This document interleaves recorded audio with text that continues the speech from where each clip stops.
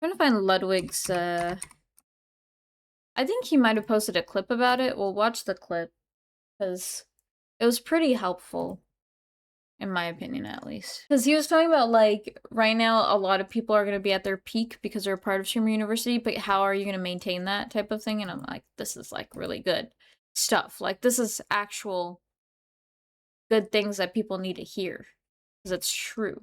Or naming it as such is not how to get lucky sexually speaking. You know, I think to become a successful streamer requires a modicum of luck. That was the first thing I had to hear. Get that luck. But I truly believe to be a successful streamer, you need to get lucky. I think every streamer has had a moment they can refer to where they got lucky, but it's about capitalizing on that luck. So, wait, what was it? Does believing what? Does believing you will be successful guarantee success? If you put in somewhat of an effort, like even like 2% of it, I think it will help. I feel like if you don't believe at all, then like, I feel like that's just luck. Then that's luck. You know what I mean? Like, then that's luck, where you're like making content, you're not really taking it seriously or like believing that you can get success, and then you pop off, and that's luck. You know what I'm saying? I don't know.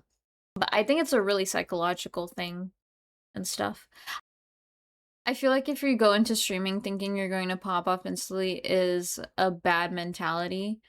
Yeah, I feel like that's fair. I think a lot of people think that. It's hard. There's so many people who stream now. It's not like 2010 or like, it's not like streamers, or it actually isn't like Twitch when Ludwig started. You know, like now there's so many people, you have to make other content because the algorithm is so ass. So, and he's going to talk about that later, but I'm taking note. We learn. What was that? There we go. He's going to lollygag. Do not go live a second time. He said 2% of streamers do not go live a second time. You've already accomplished so much. 92%, the number of people who go live once, then never go live again every month. Go live twice and you're top 10 on Twitch. Isn't that crazy? Is that stat even real though? Grabs the glasses with clear lenses. Also, they're crooked and I don't know why. It might be because of my in-ear wires back here. And so I'm being a good student at home at my desk learning. Okay. 92% of streamers do not go live a second time. That's real sad. 92% of people will go live once and they will never go live again. To be in the top 1%, all you need is 20 viewers. That's insane. That is the top 1% on Twitch for streaming. All right? You are already in the top 1%. And of the 1 million students who have applied, you guys made it in. Round of applause for yourselves. That's good motivation for them. Break down this chart for you. It's a dumbbell chart. Wow, that's too much for me. These black dots are where they were at before StreamerU 2025. April 2025, that was their average viewership. Holy shit. This was their average. All the streamers from last year. The red line, okay, that means they went down in viewers. The green line, they went up in viewers. Red line means they went down in viewers. Green line means they went up in viewers. The orange dot is what their viewership is last month, okay? So these are people who they went to StreamerU, they had all that success, all that excitement, I'm about to be a fucking amazing streamer. Now their viewership down in here, okay? I'll give you the stats more concretely so you can really grasp it. The average viewership of all the streamers who participated in StreamerU 2025 is down 287 viewers. Wow. They have lost viewers year over year. Crazy. Now, obviously, that's outweighed by people with larger streams, okay? They have much more of an impact. The median streamer, all right? The median, we know what the median is, right? You slash both ends so you get the person in the middle, all right? Marlon, you shaking your head no? No. Sarah is on me again. Like, it's all right. The median viewer, so all you need to know, has gained 4 viewers before and after StreamerU, okay? This is you. This is what you will be, all right, next year after all the excitement's over, after all the collabs happen. All right, after your viewership skyrocketed, your followership skyrocketed, you are gonna get 4 more viewers. So after this, he basically summarizes afterwards that, like, right now your viewership is skyrocketed because you're in Streamer University, but, like, how are you going to maintain that?